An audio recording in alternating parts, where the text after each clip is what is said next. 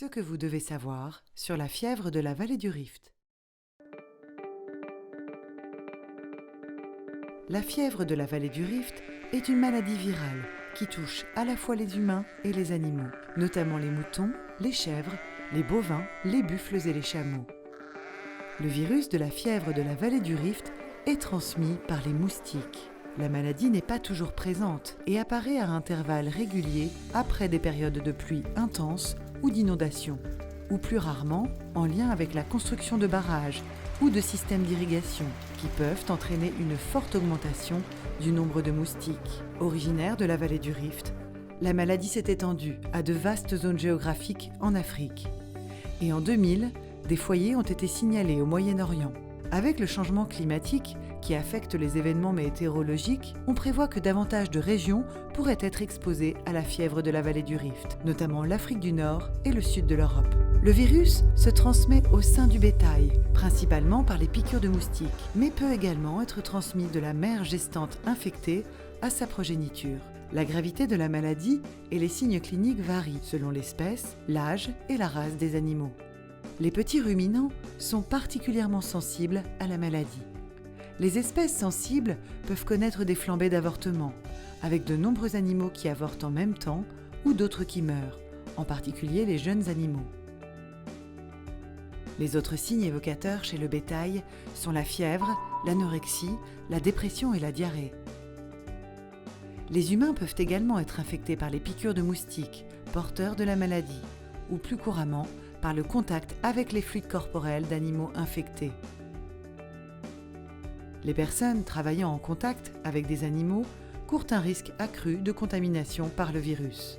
Les activités à risque comprennent l'abattage d'animaux infectés, la manipulation et la consommation de lait, de sang et de viande crue, l'assistance donnée aux animaux lors d'avortements et de mise bas, la réalisation de procédures vétérinaires ou la manipulation du virus en laboratoire.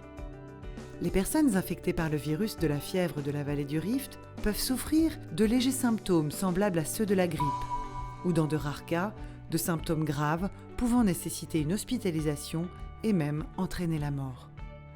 En plus de son impact sur la santé animale et humaine, la fièvre de la vallée du Rift provoque de graves pertes économiques, principalement en raison des avortements et mortalité d'animaux et des restrictions commerciales. Les signes suspects à l'échelle du troupeau, tels que l'apparition soudaine d'avortements et de mortalité chez les animaux, surtout pendant les périodes d'activité accrue des moustiques, doivent être immédiatement signalés aux autorités locales. La prévention et la détection précoce des nouvelles épidémies de fièvre de la vallée du Rift sont essentielles. Les mesures de prévention dépendent de plusieurs facteurs, par exemple la saison, mais aussi si la maladie est habituellement observée ou non dans le pays. Pendant les périodes à haut risque ou dans les zones à haut risque, différentes mesures peuvent être prises pour empêcher l'apparition d'un foyer de fièvre de la vallée du Rift. Il s'agit notamment de la surveillance et des activités de sensibilisation visant la détection précoce d'une épidémie, la vaccination des animaux, les restrictions commerciales concernant les animaux et les produits animaux.